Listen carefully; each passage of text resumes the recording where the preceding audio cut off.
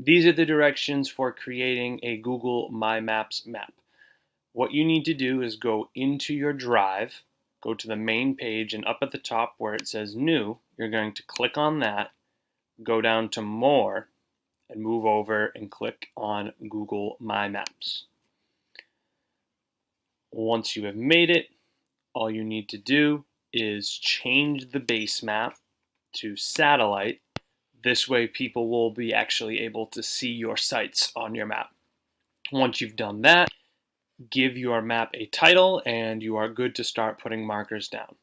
When you need to turn in your map, what you're going to do is go to the assignment in Google Classroom. This is not the assignment that you are going to be turning in on. This is just an example that I have so that you can see what it's going to look like for you. You're going to go over to Add or Create, click on that, and then click Google Drive, and your map should be right in your most recent files.